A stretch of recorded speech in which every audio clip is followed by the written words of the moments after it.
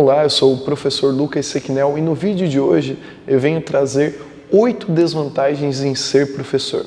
Lembrando que existe um vídeo diferente deste que eu fiz anteriormente falando sobre 8 vantagens em ser professor.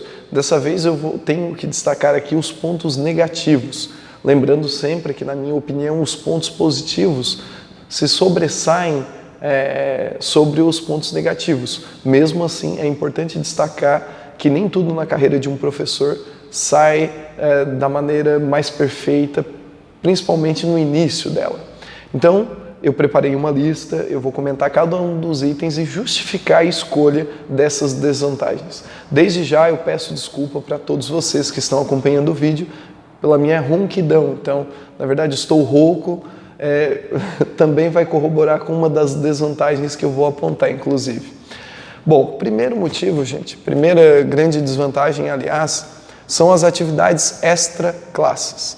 Então, essas atividades, elas perpassam por, principalmente, planejamentos, correções, produções de provas. Normalmente, as escolas, principalmente as escolas públicas, tendem a não remunerar o professor para ficar fora de sala de aula. Com isso, o professor acaba sempre levando muito trabalho para casa. Então, são correções, são atividades, são resumos a serem feitos, são aulas a serem planejadas. Tudo isso é bastante desgastante e consome bastante tempo. O segundo item é que o início da carreira ele é bastante difícil. Na verdade, como toda carreira, o início da carreira de um professor é repleta de percalços. Então, dificilmente um professor já começa efetivo, né? Já começa passando em um concurso, até porque eles são escassos na realidade, né?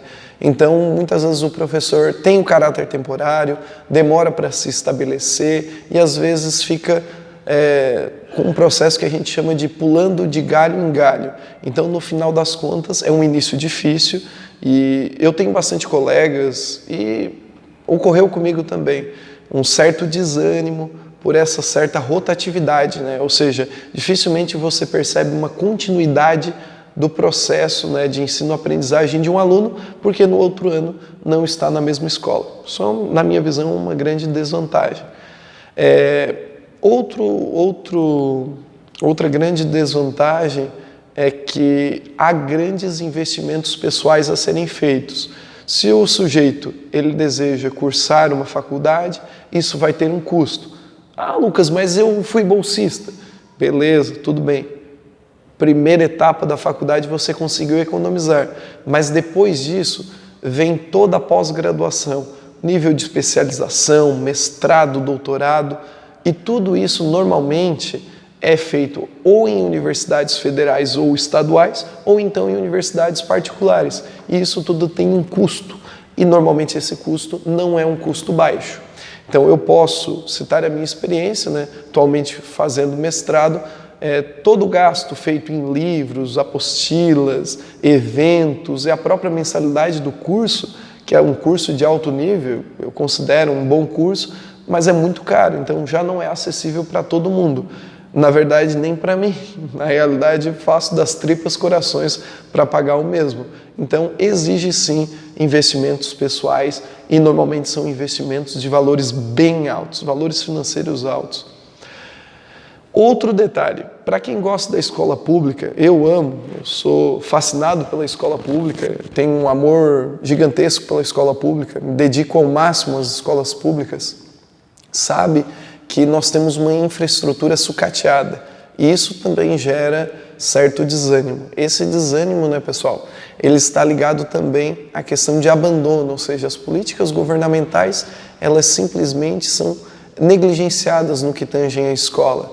Então a escola, ela sempre sofre com ausência de verbas, ausência de reparos, não só em infraestrutura, mas também da gestão de pessoas. O quinto item já se refere aos alunos, é que por vezes nós temos um corpo discente, um grupo de alunos com pouca vontade. Então isso acaba contaminando aquele pessoal que deseja aprender, mas também acaba acarretando outros problemas, né? Um bom professor acaba se frustrando, abandonando e abdicando do seu sonho de lecionar justamente por uma clientela com pouca vontade. A gente chama clientela de uma maneira vulgar, né? Mas imagine, é como se você estivesse se esforçando, se dedicando ao máximo e não visse nenhum retorno, né? Então isso acaba sim sendo uma grande desvantagem. Eu, particularmente, nunca tive uma experiência tão negativa, mas é claro que em toda turma, em toda escola, você sempre tem um pessoal que demonstra o mínimo de vontade possível. Isso é bastante desanimador. O sexto item, na verdade, se refere ao currículo. Por mais que reformas sejam propostas, revisões sejam feitas, nós temos um currículo bastante engessado. E esse engessamento do currículo, ele não permite que as disciplinas elas conversem de uma maneira específica a ponto de desenvolverem práticas interdisciplinares. Então, a interdisciplinaridade na escola ela é muito difícil, é muito vaga, né? Ela é feita por projetos que normalmente são multidisciplinares e tem uma diferença bem grande. Todo professor sabe que um projeto interdisciplinar ele tem que ser integrador, não somente unir as disciplinas, mas, né, tracejar ali uma linha que atravesse todas as disciplinas e faça a conversação de conceitos, conceitos pertencentes a essa disciplina, atividades, né, proposições, enfim. O sétimo item, ele na verdade conversa com um item já mencionado anteriormente, é o desprezo das políticas públicas. Então, eu acho que o professor, todo funcionário que trabalha na escola, ele deveria ser alvo de capacitações. Então, essas capacitações, como eu já falei anteriormente, elas são caras. E quando o governo oferece, normalmente se restringe a capitais ou a horários ou a momentos em que o professor não pode desenvolvê-la, né? Raros são os cursos de mestrado ou doutorado que se desenvolvem em finais de semana. Ou seja, o professor, ainda sacrificando o seu final de semana, mesmo assim ainda não existe uma possibilidade de casar o trabalho com os seus estudos. Outro item bastante comentado, eu acho que não poderia faltar, que é o item 8, né, para praticamente encerrarmos aí, é a questão da rotina, ou seja, uma rotina desgastante. Todo mundo que sonha e almeja ser professor imagina que vai ter uma rotina desgastante. E esse desgaste ele vem pelo atendimento ao público, que eu elogiei, eu acho fabuloso, mas eu tenho certeza que também é cansativo. E esse atendimento ao público ele não se restringe somente aos alunos, mas também a lida com os colegas, lida com os pais, enfim, todo esse contexto. E essa rotina é desgastante, pode ser massacrante, porque existe um deslocamento, existe um reconhecimento, um diagnóstico de turmas, todo ano é feito e refeito. Então, esse ponto negativo de uma rotina é complicado. Você deve sempre reorganizar planejamento, refazer trajetórias, porque a mesmice acaba condenando a carreira de um professor.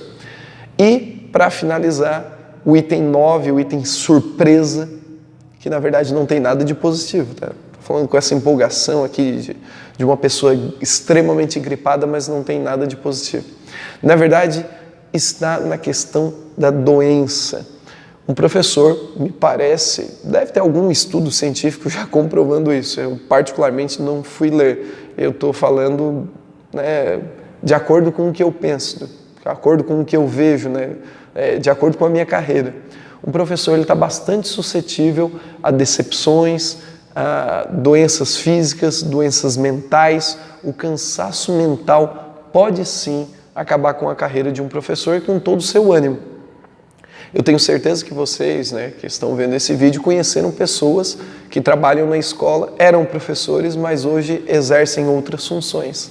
O exercício dessas outras funções, normalmente, foi por esforços repetitivos, por decepções, por problemas gerados, talvez, em sala de aula que acabaram afetando a vida do professor.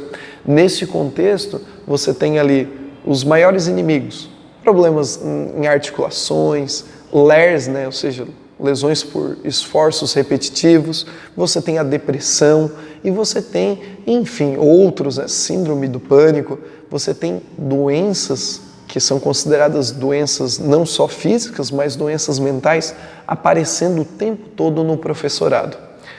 Bom, gente, espero não assustar ninguém, mas sim, existem pontos negativos e esses pontos negativos, mesmo que na minha visão não cheguem a superar os pontos positivos, eles ainda existem.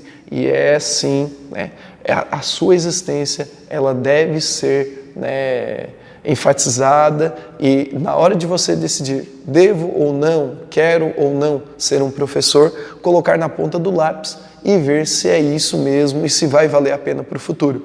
Lembre-se, não assustando ninguém, mas de acordo com reformas que possam ocorrer, um professor pode trabalhar 30, 35 anos, né? Então é bastante tempo.